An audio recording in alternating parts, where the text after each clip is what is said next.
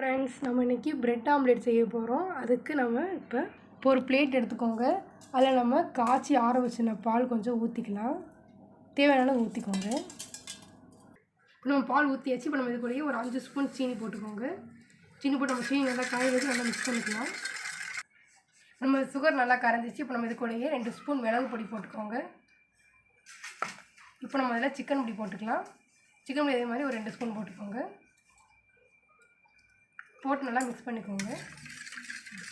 அப்புறம் நல்லா மிக்ஸ் பண்ணியாச்சு. இப்போ நம்ம இது கூடயே 2 முட்டையை ஊற்றிக்கலாம். 2 முட்டையை ஊற்றிக்கோங்க.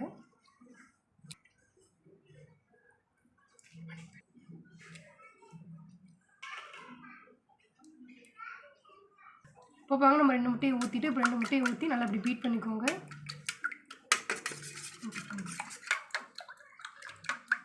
இப்போ பாருங்க, நம்ம ரெடி பண்ண கலவை ரெடி ஆயிடுச்சு. இப்போ நம்ம இதில் ஒரு ப்ரெட்டை போட்டுக்கோங்க. இப்படி ப்ரெட்டை இப்படி 2 பக்கம் நல்லா டிப் பண்ணிக்கோங்க. இப்போ நம்ம டிப் பண்ணதை ஹீட் பண்ண தோசை தவாவில் போட்டுக்கோங்க. இப்போ நீங்கள் கொஞ்சம் எண்ணெய் ஊற்றிக்கோங்க. எண்ணெய் நெய் இதெல்லாம் யூஸ் பண்ணிக்கலாம்.